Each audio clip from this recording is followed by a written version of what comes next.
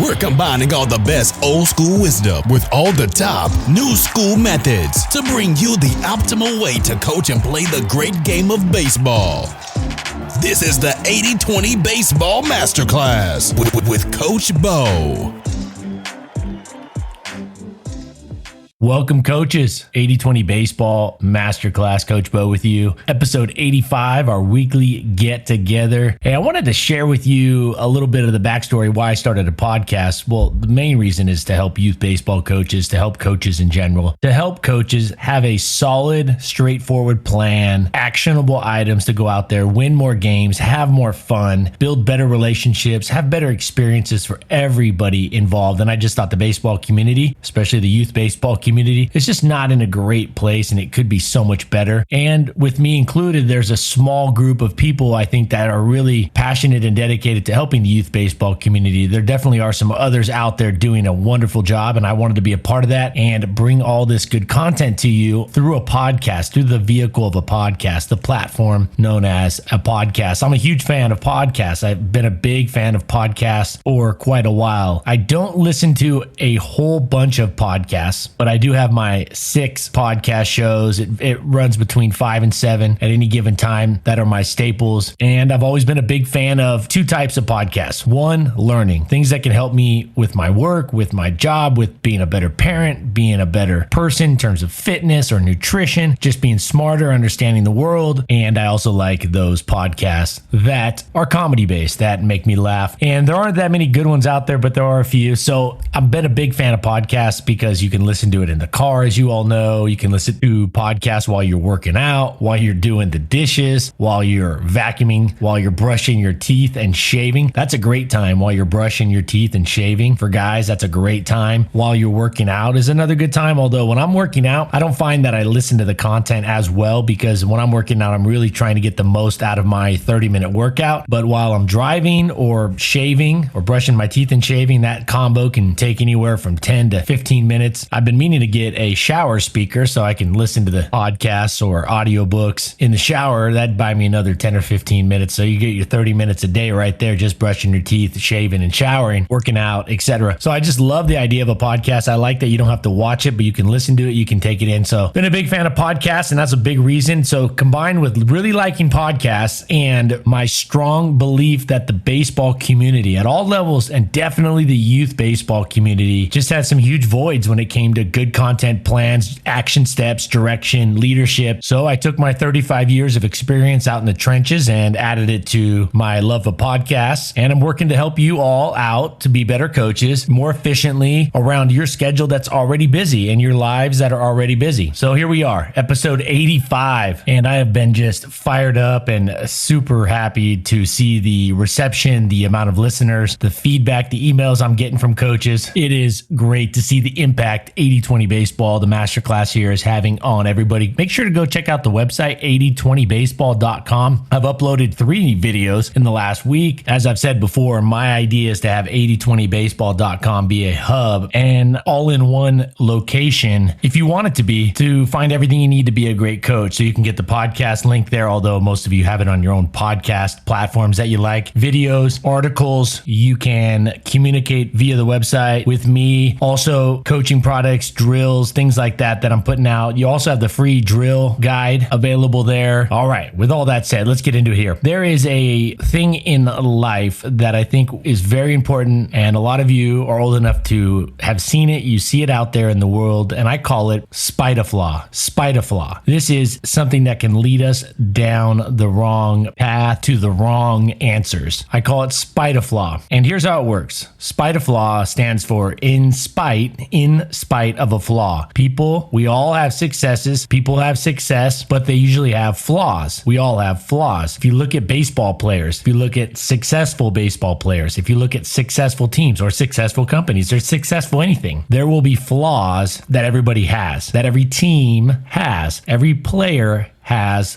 flaws. Why is it important to understand this, and why am I bringing this up? I truly believe this is something that is really, really important, and also something that is a deeper level of thinking when it comes to understanding the world and what makes people successful. What specifically is it that makes them successful? The first thing we have to do is avoid Spider-Flaw. We have to avoid making the error the Spider-Flaw error. You might see a player that is doing something and is successful. They may be doing that or having success. They may be achieving that success. They may be having a great career in spite of flaws, in spite of a flaw or multiple flaws. Here's where the problem comes in. As coaches, and youth coaches especially, that just don't have enough time to quite understand or see enough. They don't have the depth of experience, decades and decades of experience, to say, where are the common denominators with the successful players, with the successful businesses in the world, successful families. So nobody's perfect. No player's perfect. No business, no family. Nothing's perfect. The key, I believe, when it comes to, in this case, coaching a baseball team or coaching players successfully and learning from teams that win a lot, or from coaches that are really successful, or players that are very successful, is being able to identify what it is that they do that makes them successful, and what it is that they do that doesn't have any impact on their success, or in some cases actually decreases from their success. There are so many baseball players that I've seen over the years that could have been better. I think we could all be better if we didn't have a couple things going that we did, habits, characteristics, or in baseball, certain things that we did, or a hitter, a certain thing that the hitter did, certain thing that pitchers do. Well, let me give you a perfect example of this. A guy I played with in college, Jared Weaver, phenomenal baseball player. He was the college player of the year in 2004. He was the Golden Spikes winner, which is the college baseball player of the year. He was drafted in the first round by the Angels. He won 150 games in the major leagues, 150 major league games. His win-loss record was phenomenal. He had a 20-win season. Jared Weaver was one heck of a baseball player, but Jared had some flaws mechanically. He made up for it with his competitiveness. He was uber competitive and uber athletic. So if you're a player or a coach and you're watching Jared Weaver pitch and you go, oh, he's having all this success, and then you looked at his delivery, his mechanics, and you're like, well, he's having success, I'm going to copy him. What you're failing to realize is he is uber athletic, or he was uber athletic. I'm sure he still is, but he was uber athletic, very athletic. In fact, I remember this was probably 20 years ago. I'm sitting in the old gym. They called it the Gold Mine at the Long Beach State campus. And we were waiting for weightlifting session to start. Our weightlifting sessions at Long Beach State were Monday, Wednesday, Fridays, 6 a.m. or 6:45, 7 a.m., depending on what group they put you in, depending on when your first class was, etc. And there we were. It was, let's say a Friday morning. It's 5:50 in the morning, and Jared grabs a basketball that had been left around the gym. We would do our warm-ups in this old gym, the old gym that they had. And he grabs a basketball. He's literally in a sweatpants, looks like he's in his pajamas, and he grabs a basketball and he tomahawk dunks it on a 10-foot rim. Tomahawk dunks. Not I'm going to barely get it over the rim. He goes up and almost hits his head on the rim and slams it home, looking just like an NBA player. Muscles cold, not having warmed up. And I said, that's not normal. He had freakishly large hands. He was a good athlete. When it comes to being a baseball player, he was a good athlete as a pitcher. I'm not saying he would have been a star NFL player or things like that, but he was a good athlete. He had characteristics. He was tall, big hands. He could move well. He was fluid with his movement for even being a tall guy, and he was uber competitive. He could have been even better had his delivery been better. When he would stride to home plate, if you go watch Jared Weaver highlight videos or just videos of Jared Weaver, especially late in his career, he would stride instead of towards home plate. He would stride towards the third base dugout, the third base on deck circle. He would stride in a closed manner. He would be very closed off with his stride. And this is not where you want to be as a pitcher. But for him, he was so athletic. He had the big hands. He was so competitive. He made it work. So he was still successful in spite of a massive delivery flaw. In fact, his stride was so far off center and so far from being directional towards home plate that it almost looked like sometimes he was pitching like he was doing the Fosbury flop. He literally would arch his back. He'd have to arch his back and get some terrible posture just to be able to stay moving towards home plate, because his lower half was going towards the third base dugout, but his upper half obviously has to go to the plate. His arm has to pitch to the plate. plate. So there would be some kind of conflicting movements there. And it looked like he was doing the Fosbury flop. Anybody who's familiar with high jumping, the Fosbury flop is not a great position for the pitching mound. It works when you're doing the high jump, but nevertheless, Jared Weaver got it done in spite of that flaw. So that's an example. I could go on and on. There are tons of examples of this all throughout the world, all throughout baseball. And I think it's very important that we learn from this. So when it comes to the commonalities, like last week, we talked about how to grade hitters based on their pitch selection. The pitches that they swing at, do they swing hard in plan A? Do they swing at a hitter's pitch, at their pitch, something that they can drive through the infield, drive through the outfield, off the wall, a one hopper, a screaming one hopper through the infield. They can drive it down the line. They can drive it over the fence. Do they get a pitch that they can drive? Not a pitcher's pitch, and definitely not a pitch way outside of the zone, the strike zone that is, and definitely not a pitch out of their hitting zone that still may be in the strike zone. And do they put a good swing on it? And in what we call plan 2, that is with 2 strikes, remember that we don't worry about how many balls there are. I think as a hitter, it doesn't really matter how many balls there are. You're thinking about strikes. Strikes are the thing that determine when you're going to be out. Well, if the pitcher walks you, then they walk you. Okay, that's just the umpire is going to tell you take your base. What we need to know is how many strikes there are, because that determines what pitches we're swinging at and how hard or what we got to do with our swing. With plan 2, with 2 strikes, we have to swing at pitches all throughout the strike zone. We have to cover the entire strike zone, and we also have to cover the fringes of the strike zone, especially in youth baseball. And our swing may not be 100%. I saw the other day, the Dodgers game, Chris Taylor take a 2-strike swing, and he swung about 70%. He got jammed on a pitch, but it was near the strike zone. It jammed him a little bit, but he was able to bloop it over the first baseman's head and drive in some runs. The batter before was Will Smith, the catcher. I like Will Smith. I like Chris Taylor. I like these guys. Will Smith swung out of his shoes with 2 strikes, and he got a split finger from Gossman, the Giants pitcher, who throws more split fingers than everybody in Major League. In fact, I think he's thrown twice as many as any other starter in Major Leagues this season, so it's not like something he doesn't throw. He throws like 5.8 split fingers per inning, and with 2 strikes, Will Smith swung out of his shoes and missed a split finger. That wasn't too far off the plate. In fact, it was a hittable pitch, but he was swinging so hard, and it was like, whoa, you got fooled by a split. You should have slowed down and tried to put that ball in play rather than swing and miss with 2 strikes in plan 2. Now, why am I telling you this about the hitting approaches? There are a lot of Major League hitters. There are a lot of college players, hitters. There are a lot of high school hitters and youth hitters that are successful in spite of swing flaws, in spite of some flaws that with their lower half or their upper half or their hands or things like that. There are physical flaws that hitters have, and they are still successful. But do you know hitters are almost never successful if they have a flaw, with their hitting plan, their hitting approach. They may get a hit, they may run into a home run, they may have a good game or a good week, but good hitters, the really good hitters at every level, never get away with a bad plan, a bad hitting approach. Check that. Once every 50 years, there seems to be a hitter that does this on the entire planet, like Vladimir Guerrero of the last generation. Not Vlad Jr. Vlad Jr. actually has a better approach than his dad, Vlad Sr. But all of you are old enough to remember Vladimir Guerrero Sr., and that guy swung at everything. In fact, he had pitches that bounced like Ichiro. I've talked about that on this podcast. He could swing at anything and hit it, but he was such a freak with that bat, hand-eye coordination, his size, his length of his arms. He could reach pitches, he could hit pitches, he could get inside pitches. Dude was a freak of a hitter. He was so good, but he was the one every 50 years you see. So, spite a flaw. There are a lot of hitters that are very successful in spite of a flaw with their swing, but there are almost no hitters that are successful over time. There are definitely no great hitters that have a flaw with their hitting plan or hitting approach, or at least a major flaw with their hitting plan or hitting approach. So to wrap that all together and tie it together, in spite of flaw, this is something, it's like all of you, I'm sure, are good parents. In fact, if you're listening to this podcast, you want to be a good coach, which means you want to be a good parent. You want to be a good leader of young people, youth, kids. And we all have our flaws. All good coaches, all good parents, they probably have flaws. We probably have a flaw here or there, but do we have flaws in the areas that are vital to being good at, like loving kids, caring about kids, putting the kids first? You cannot be a good parent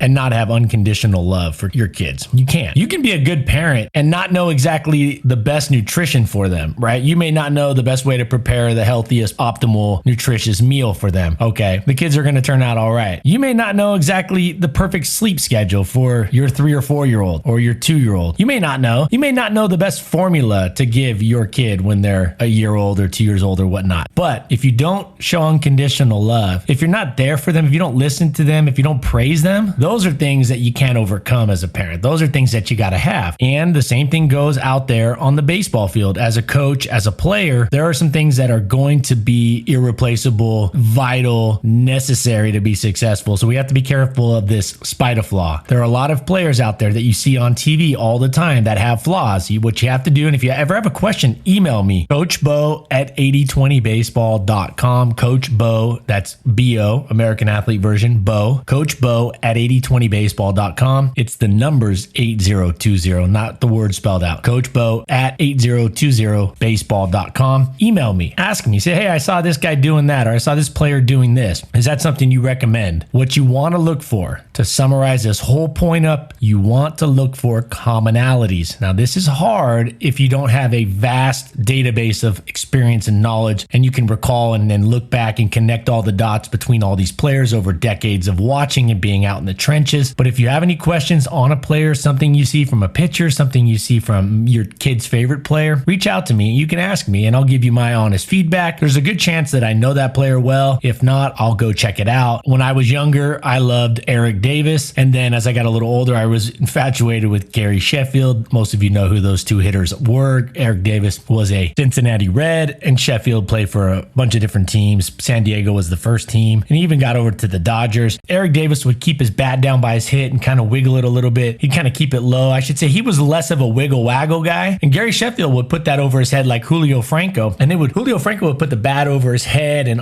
almost point the top of the bat at the pitcher. Gary Sheffield would wiggle and waggle that bat wildly before. He would boop, boop. These are things that I would never recommend to a youth player. And I definitely don't think these hitters were successful because they did that. Gary Sheffield hit over 500 home runs because he had a great plan at the plate, not because he wiggled his bat. It might have helped a little bit with his rhythm for him, but I would argue that he was probably just as good a hitter, or he might have hit 550 home runs instead of, I think it was 509, had he not wiggled his bat, had he just kind of let it stay up there a little more under control, a little more relaxed, a little more calm. But who knows? The point is, there are the big things that need to happen. Hitters need to have a good plan at the plate. They need to have a good approach, plan A, plan 2, and the occasional plan take, although that doesn't require a swing, so there's not a whole lot you need to spend practicing that. When you're taking batting practice reps, hitters should always know, even when they're taking soft toss, hitters should always know whether there are 2 strikes or less than 2 strikes. You can do a 50-50 split. You can do a different ratio depending on how your hitter needs work. If the hitter is struggling with 2 strikes, maybe you do a 1/3 to 2/3 ratio or 25 to 75 ratio. If your hitter's going up there and not doing well with less than 2 strikes, but they're great with 2 strikes, maybe you spend more time with that hitter. Tailor the batting practice to the hitter. You can still give every hitter the same amount of swings per round. Say you want to give them 10 swings in the round 1 or round 2, but you may tell this hitter, all right, the first 3 swings are plan A, or I should say the first 3 pitches are plan A, and the next 7 pitches are plan 2. The next hitter comes up, he's a guy who's really good with 2 strikes, but hasn't done a good job with his plan A approach, hasn't figured out what pitches he can drive, what is a pitcher's pitch, he hasn't got that early count discipline, and so you tell them, hey, the first 7 pitches or the first 8 pitches that you see are plan A. See where I'm coming with that? So there's definitely some flexibility and there's definitely some individuality to all of this that we coach and teach about here at 80/20 Baseball. There are parameters. I think of them as parameters based around a hardline rule or principle. So you have parameters with a little flexibility, individuality amongst each player. And if you don't have the time or you don't feel like it, you can always just say 50-50 split, first 5 or this, first 5, or you say first round is plan A and the second round is plan 2. I like switching during the round because the at-bat, the hitters aren't going to step up there in their first at-bat and everything's going to be plan A necessarily. And then the rules stipulate that innings 5 through 7 are now going to be hitters hitting out of plan 2 or with 2 strikes. They have just as much an opportunity or likelihood that they're going to see a 2-strike pitch in the first at-bat as their last at-bat. So I think it's good that they can bounce from one pitch to the next and go from one plan to the next, because when they go from 1 strike to 2 strike, they go from plan A straight to plan 2. This is the biggest challenge when it comes to plans and approaches, being able to change the mindset from one pitch to another. From the 0 strike to the first strike pitch, not much change at all. 0 change. There's no change from an 0-1 pitch to the 1-1 pitch to the 2-1 pitch to the 3-1 pitch. 1 strike is 1 strike, but there is change that comes when you go from the 1 strike to the 2-strike count, when you go from plan A to plan 2. So I do think that is good. My point to that is I do think that is good to practice that switch over. You could even go like this, and I'm throwing this out. This is some things I've done with hitters and had success with. You may tell them first 2 pitches pitches, plan A. Third pitch, every third pitch is plan 2. You may tell them bounce back and forth. And you really want to challenge them? You got 10 pitches this round, hitter. Hey, Chuck. Hey, little Chucky. You got 10 pitches. The first, the odd pitches, 1, 3, 5, 7, 9, are going to be with plan A, less than 2 strikes. And the even pitches are going to be in plan 2. You can see where that comes from, why I would design a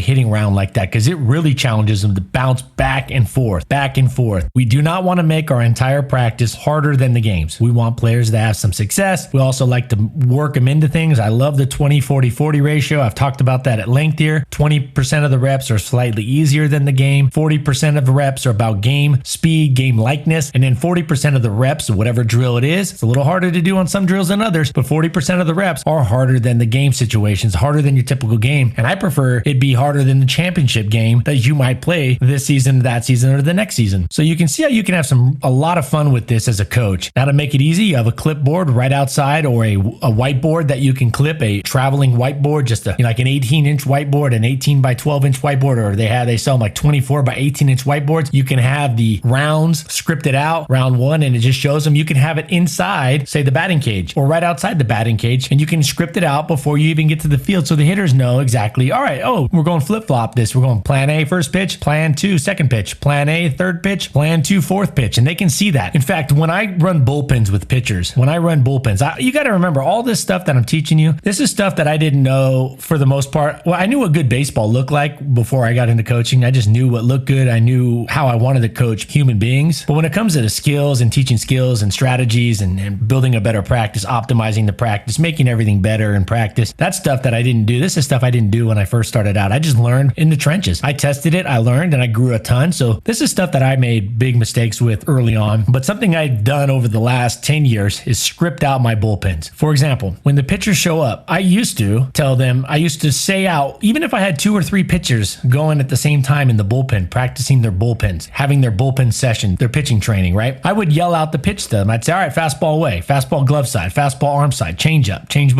arm side, change up glove side, whatever it is, breaking ball. And I found out real quick, or I should say, in this case, really slow. It took me years to figure this one out. I found out it was much better to just type out what I wanted each pitcher to throw, whatever pitch one. That's why I would list 20 pitches, 30 pitches, 40 pitches, whatever you're doing. Sometimes it was a short side session, 12 pitches, 15 pitches. It just varied. And then I could also copy and paste it for each pitcher and copy and paste it and then adjust it. One pitcher might have had a pitch that they threw a little different, or I should say with more regularity than another pitcher that threw that same pitch. Maybe I had a pitcher that threw a cutter. Didn't have a lot of cutters over there. I'm a huge fan of the cutter, especially at the more advanced levels, the higher levels. Huge fan of the cutter. I'm on record for saying the cutter to me is the number one pitch that you could ever learn when you're older. If you can master the cutter, when I say master it, hit your location, but also keep it from backing up. The problem with the cutter is it backs up on pitchers, and it backs up, it flattens out. When it flattens out, it's a meatball and gets crushed. High risk, high reward. Ask Mariano Rivera. He didn't really have to risk much because he was so good at it, but I would script out the bullpens and bring out the sheet, and I would just hand the sheet to the pitcher as they came over. Here's yours, here's yours. I'd have 10 pitchers come over. I just hand it to them. They would put it up on the bullpen clipboard that's hanging right behind their mound, so they could just turn around. All right, next pitch is this, next pitch is that. And you could do the same thing with batting practice. You could just have it on a clipboard that you print out, so when the hitter gets up there, you could have 2 clipboards, one on the outside of, say, the batting cage, and they can see what it looks like, so when they get in there, they know what to expect. This is what we're doing today. So you don't have to sit there for 5 minutes and explain the whole process, the whole order of the pitches and what you're going to do. You can touch on it and say, all right, today we're going plan A, plan 2, every other pitch. We're going flip-flop, every other pitch. You can say something like that. Or, hey, today we're just going like this or like that. You could have 2 clipboards, one on the outside and one on the inside. But you definitely should have one on the outside and maybe another one on the on deck, a little bit away from the batting cage or a little bit away from home plate. The one on the inside is a little tougher because the hitter's in the middle of the round and you don't want them spending too much time turning around. All right, what's plan A on this one, whatnot. But it isn't bad to have it. Clipboards are dirt cheap, and printing paper out, just recycle it and you're all good. It's real easy to do. So nonetheless, wrapping that up, hitters should know whether they're in plan 2 or plan A every time, every pitch during batting practice, because you want to get the plan A, the plan 2 approach dialed in for all your hitters as fast as you can, because that is the single biggest determining factor in their success. All the swings are going to look a little different. The physiology of each hitter is going to be different. Even the pitches that they swing at are going to be a little bit different. But the discipline in knowing what pitch they can hit with less than 2 strikes, what pitch they can drive, what pitches they should not swing at with less than 2 strikes. Then when they get to 2 strikes, knowing the strike zone, knowing where they need to swing and what they don't need to swing at, and also also being ready for those meatballs that pitchers make, those mistakes that pitchers make. Pitchers make a lot of mistakes with 2 strikes. So knowing that you're not just in this permanent default defensive mode with 2 strikes. With 2 strikes, you're going to get cookies, and you got to be able to smoke those cookies. You're not just looking to put the ball in play when they throw a cookie with 2 strikes. They throw a fastball down the middle. It's not trying to put it in play with 2 strikes. You're trying to drive that pitch a little, trying to hit it hard through the infield, hit it hard into the gaps. Then you also got to be ready to protect the zone, foul off pitches if they're an inch or 2 off the outside corner. Good hitters will have a variety of swings, but they will not have a big difference when it comes to their discipline at the plate and their approach and plan at the plate. So, in spite of flaw, hitters may have flaws, but their flaw is almost never going to be having a poor approach at the plate. If you haven't already, go check out the video I put out just the other day, 3 pitching tips in less than 2 minutes. That's on the 80/20 Baseball website. I also broke down Wander Franco's first major league at bat from last week. He actually didn't put the ball in play, but there were 6 pitches, and I break down how you can score and evaluate each one of those pitches. Even though he actually didn't put the ball in play, you can say that he was 6 for 6 in that at bat when it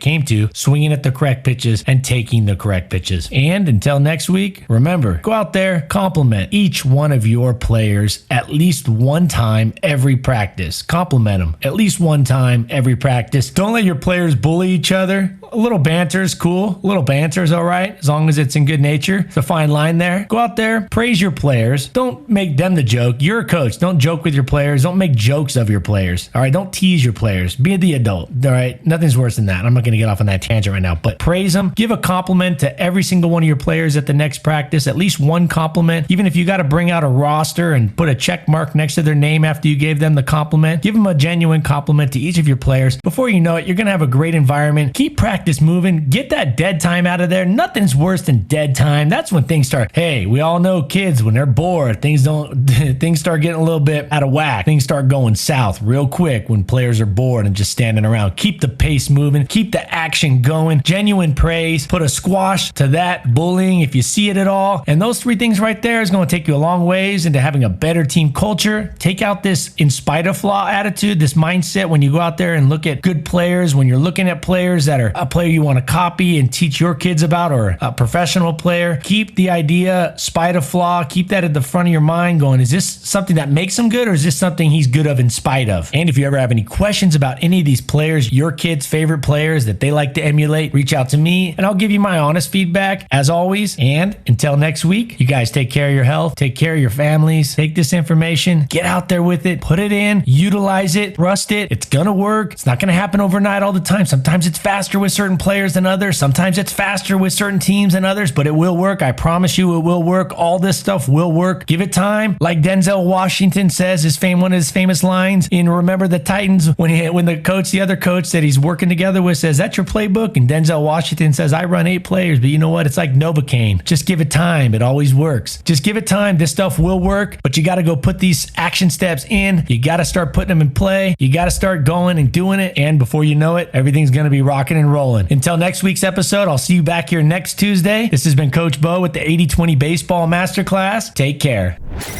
This has been the 80/20 Baseball Masterclass. Take it to the field.